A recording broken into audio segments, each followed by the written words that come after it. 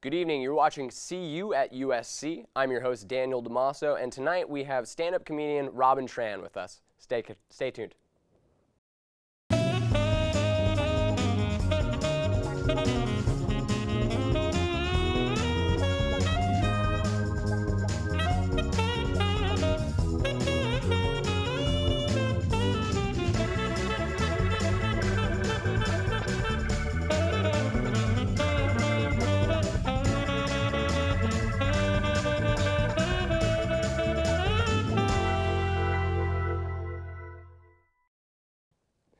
Welcome back to See You at USC. Again, we have Robin Tran with us. Hello. How are you? Good. How are you doing? I'm fantastic. You gotta pretend that we haven't been talking for 20 minutes and laughing. Right, like and that all this these whole people time. aren't staring at us, right? I know. I used all my good material already, so it's all downhill from We here. can just reuse it because it wasn't filming, so we're good.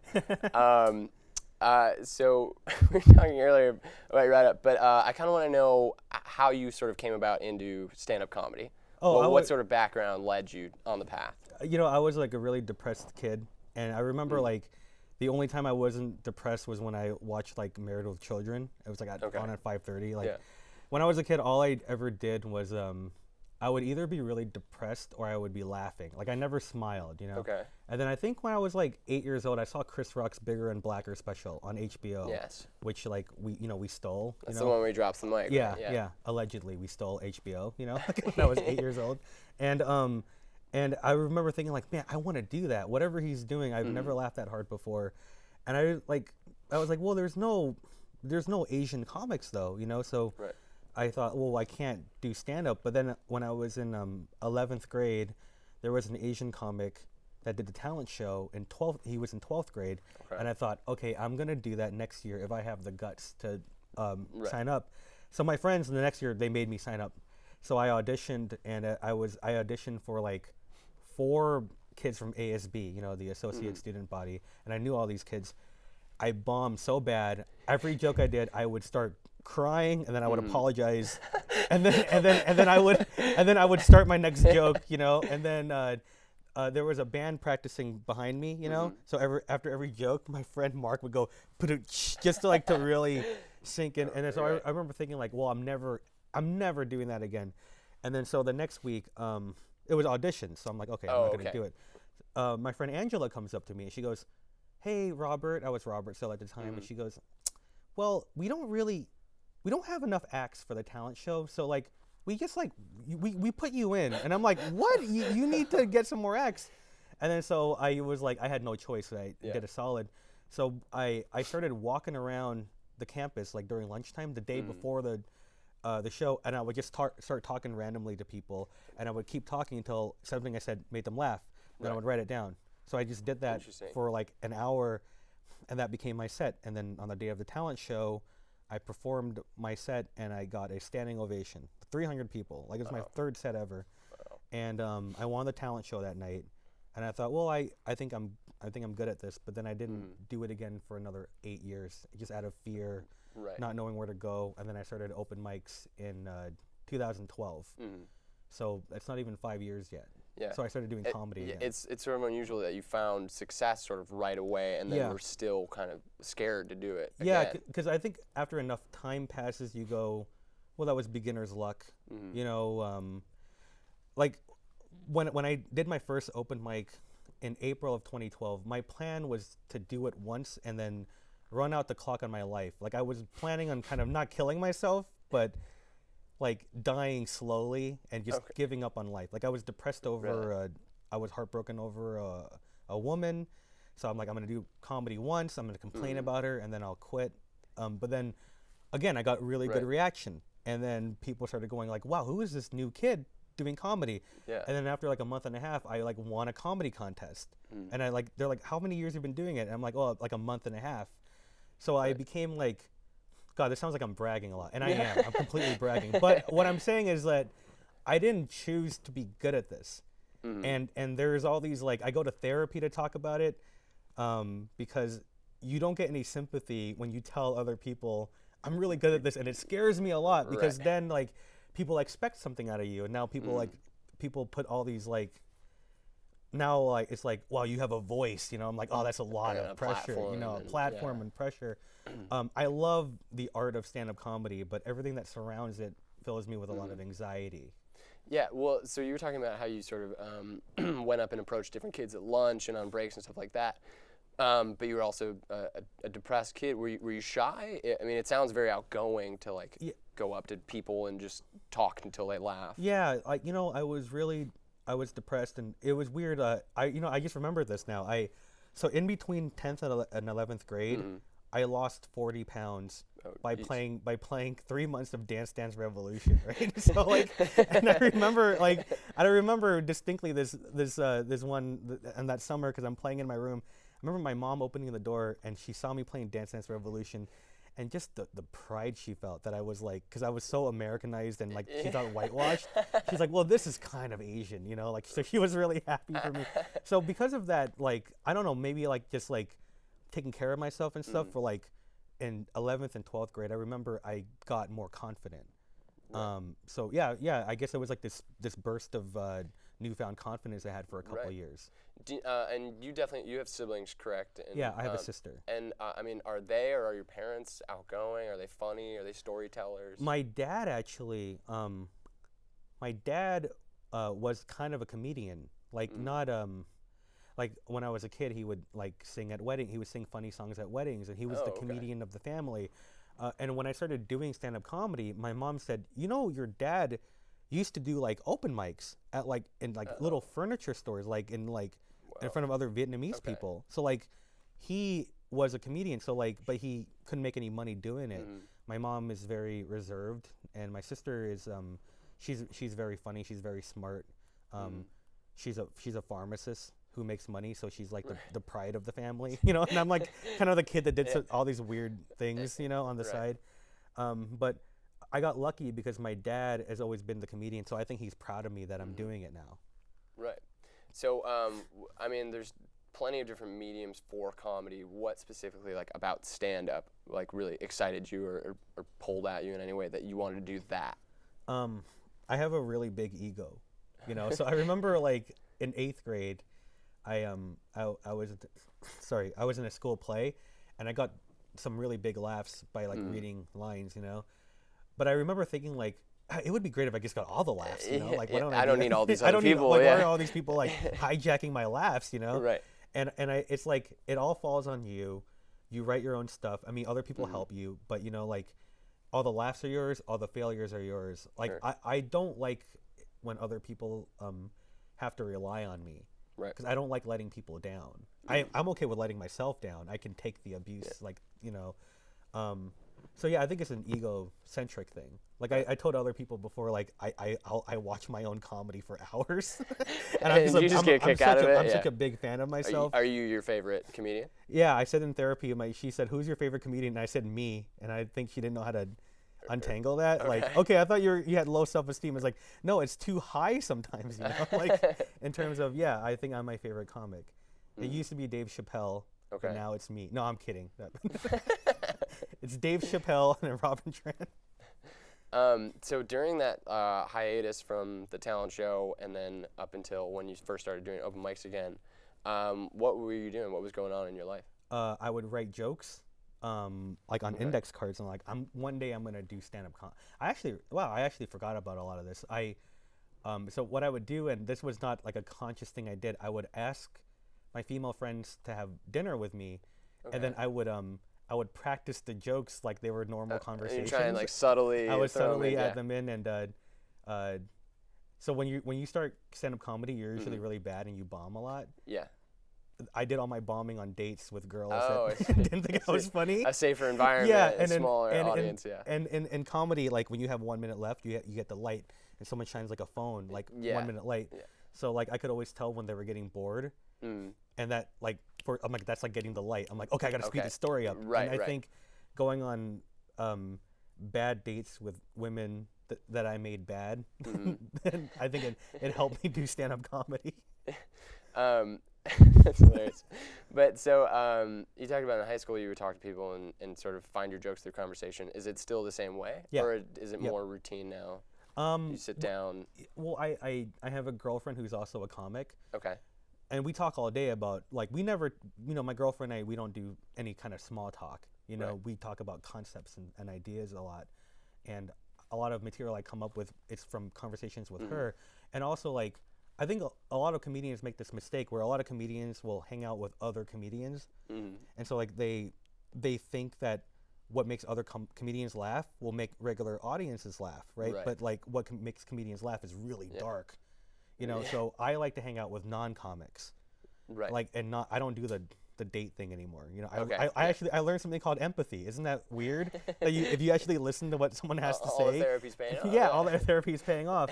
I come up with a lot of my material now, either when I'm by myself, just like because I'm at home a lot and I'm just thinking all the time, or when I'm talking to my girlfriend, or when I'm hanging out with non-comics and just in conversation. Do you, when you go out on stage, is there like a specific goal or a certain feeling that you want to create with your audience? Yeah, I want them to. I already know what most of them are thinking when I'm up there, and like, in the first minute, I want them to laugh because they were wrong about what they thought about me. Interesting. Okay. Because I know, like, first of all, Asian, so a lot of people think, okay, you're Asian, that means you're not funny. So instantly, it's like this weird thing with before I came out, right? I'd come on stage, and if I even said a coherent sentence, right, and the joke is vaguely funny, they'll laugh out of almost like surprise. Right. Oh my God, I can't believe that you're funny. You know? Can do it, yeah, you can do this. And then so now, after I've come out, I'll go on stage and like people will just start giggling before I even say anything, because like, oh my God, I can't believe that someone that looks like that is doing comedy. Yeah. And then I'll make them laugh. And then after the show, the same people will come up to me, go like, that was really funny, but I could think like, I know what you were thinking before. Like I want you to know that you were wrong about your preconceived notions about me. Is it almost like a chip on your shoulder when you walk out there? Absolutely. I always have this chip on my shoulder. I like to just surprise people. Like no matter who I'm talking to, I don't like people assuming that they know certain things about me. Right. And so like depending on the crowd, I change kind of what my attitude is, right? So if I'm performing for like people who are not accepting of trans people, I'll go kind of more hard. I'll be more rude. I'll be more in your face. Almost bully them. Yeah, but if like let's say I'm performing for like a group of like super woke people, right? Like for college students, I'm like, oh, you think I'm a hero, don't you? Well, let me tell you what a bad person I am, because I don't like people just putting me in a box immediately. Right. So I feel like my comedy consists of either people folding their arms going like, really, you think you're funny? Or people that I'm like, hi, I'm Robin Tran, I'm transgender, and I get like a standing ovation. I'm like, all right, I might not be a good person. You can sit down. Nobody's going to be able to statue of me. You're so good because you're a hero. I'm like, all right, you can calm down a little bit, Right. Okay, well, just stay tuned. We got to go to commercial. So, okay. You're watching CU at USC. Stay tuned after the commercials.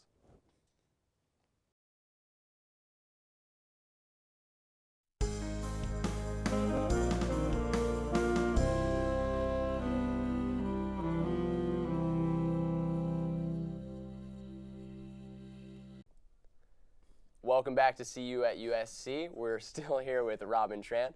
So Robin, I'm really bad at acting natural. I'm sorry. Yes, you weren't even on camera at that point.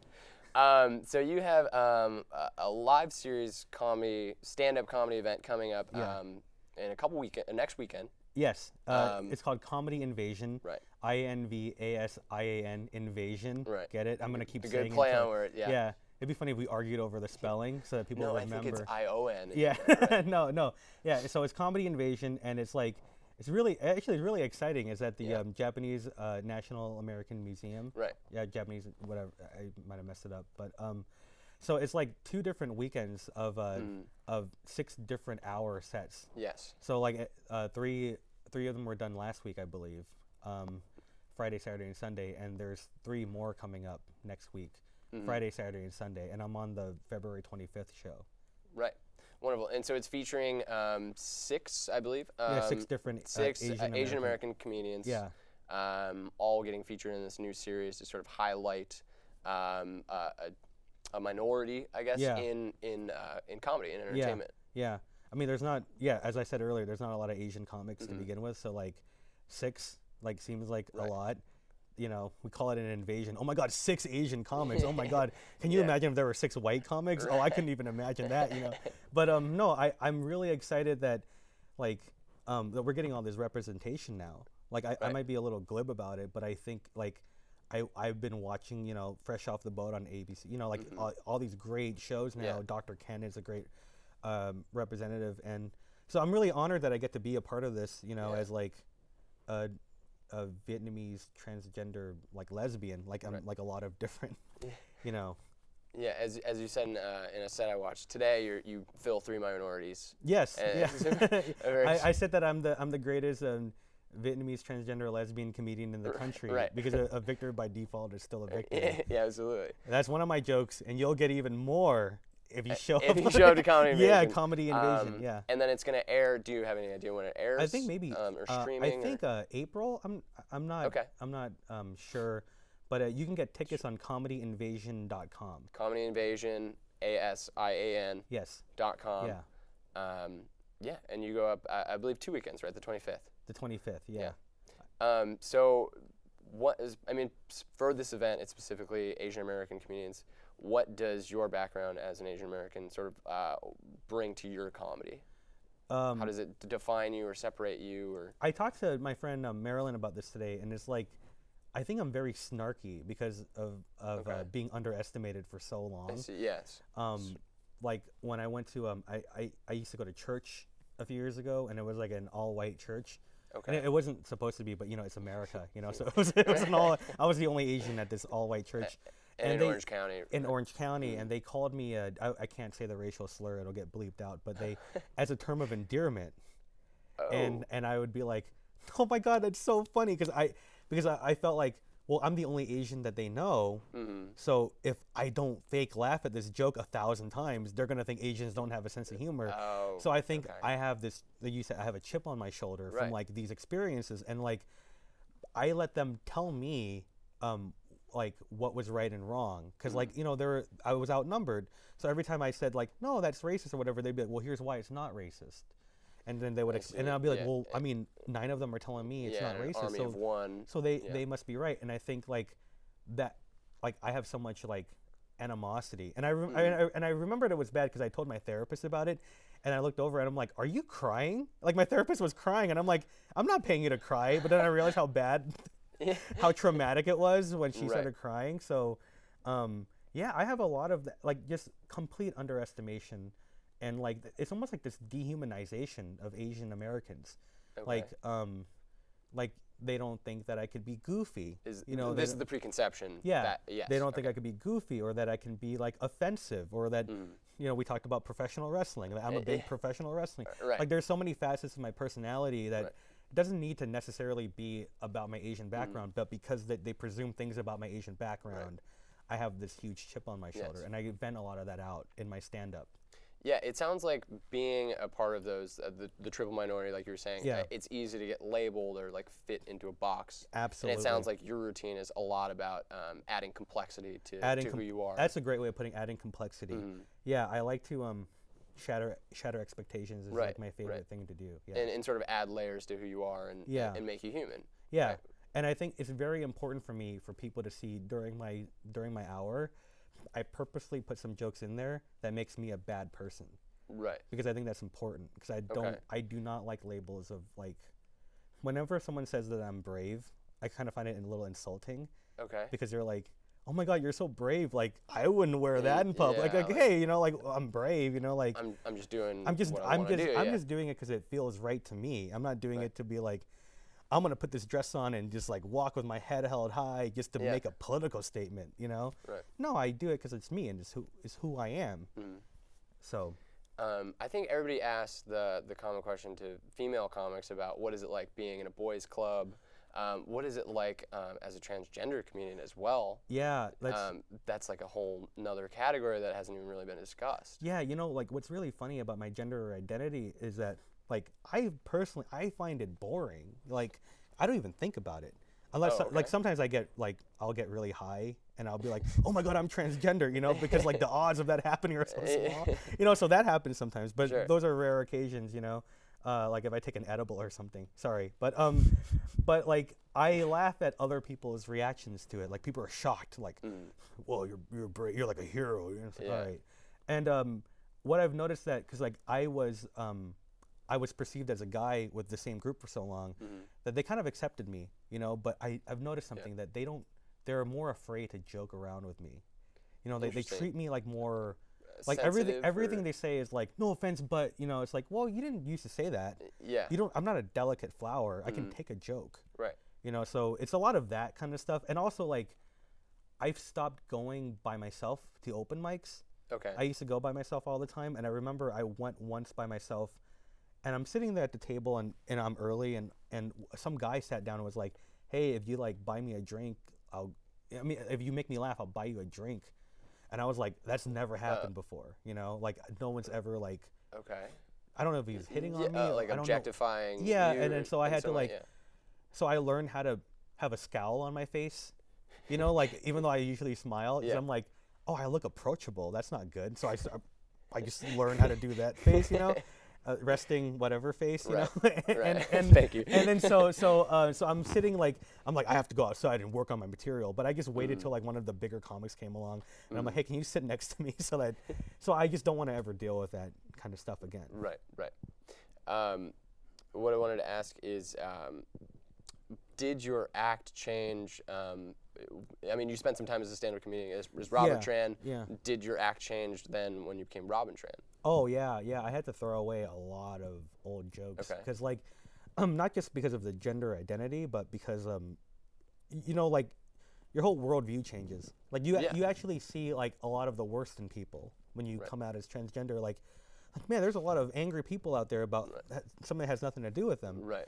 And so like I became more fixated on that, and like a lot of the like a little annoyances I have with like, you know, like the left or whatever, you know, like left wingers and liberals, like I still have it, but like I'd rather target people that hate me first, you know. Interesting. So like a lot of those little like nuances, like I kind of feel bad. They've kind of been lost a little bit. It's about like converting the hate into acceptance. Yeah. Or and I wish that was a funnier way of putting that, but Eh. but it is what it is, you know. Right.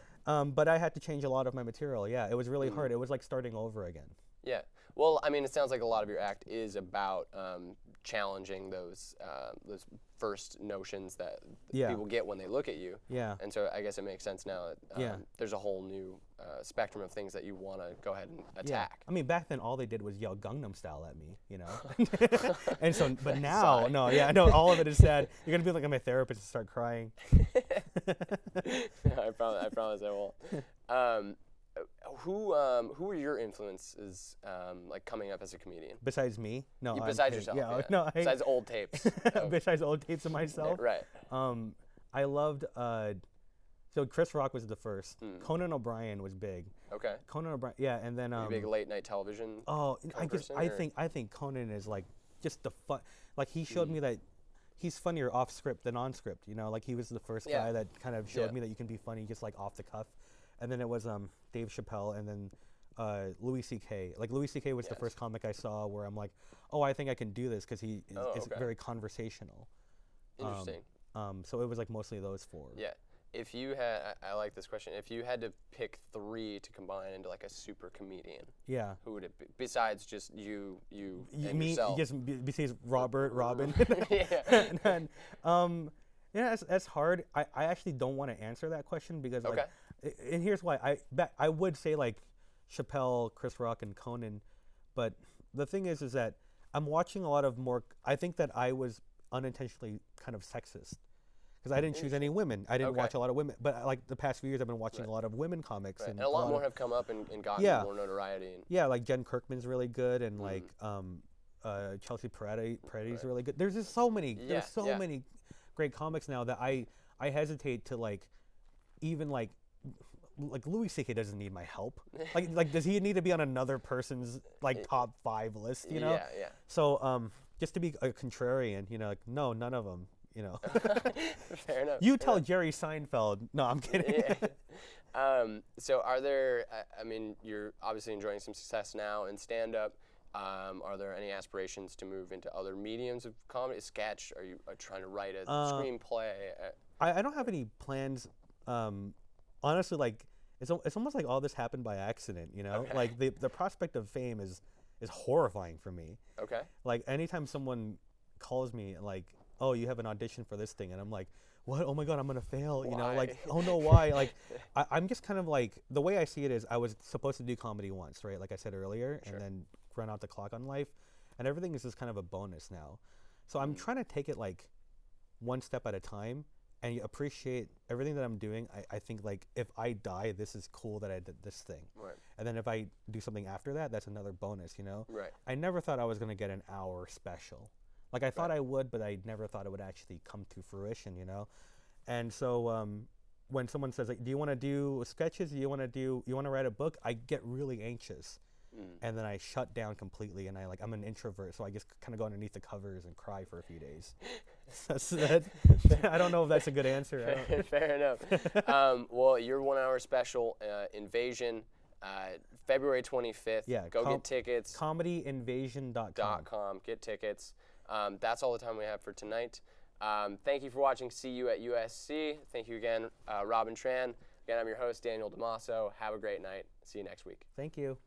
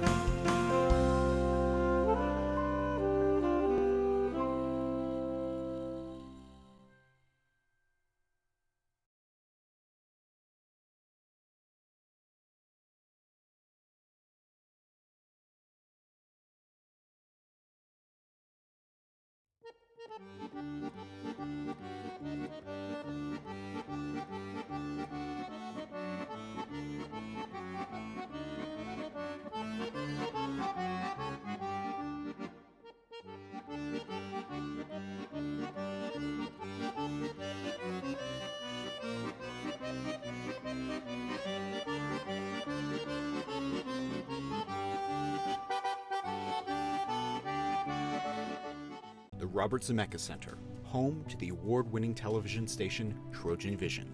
Here, we foster brilliant students who produce innovative weekly television shows. Our students have won numerous awards in categories like Best Producing, Directing, and Writing. The success of Trojan Vision could not be possible without the creativity, intelligence, and vision